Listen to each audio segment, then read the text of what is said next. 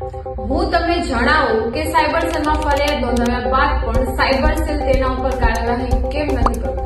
આપણી જોડે જ્યારે પણ સાયબર ક્રાઇમ થાય છે ત્યારે આપણી આદત બની ગઈ છે સાયબર ક્રાઇમની વેબસાઇટ પર જઈએ છીએ અને તેમાં ફરિયાદ નોંધાવી દઈએ છીએ અને એક્નોલોજમેન્ટ નંબર જનરેટ થઈ જાય છે એટલે આપણને એવું લાગે છે કે હવે પછીનું જે કામ છે તે પોલીસનું છે. પરંતુ કાયદાકીય રીતે જોઈએ તો કોઈ પણ ઓનલાઈન ફરિયાદ નોંધાવે એ પછીના 3 દિવસની અંદર તેની હાર્ડ કોપીમાં સાઇન કરીને ઇન્વેસ્ટિગેશન ઓફિસરને જમા કરાવવી પડે છે અને પછી જ તેના ઉપર એફઆઈઆર નોંધાશે. જો 3 દિવસની અંદર હાર્ડ કોપી ઇન્વેસ્ટિગેશન ઓફિસરને આપવામાં ન આવે તો તેની પાસે પાવર છે કે તે કમ્પ્લેનને ત્યાં જ ક્લોઝ કરી શકે છે. અને વધારે લોકો આવું જ કરે છે કે માત્ર ઓનલાઈન ફરિયાદ નોંધાવે છે જેના લીધે તેના ઉપર કોઈ કાર્યવાહી થતી નથી.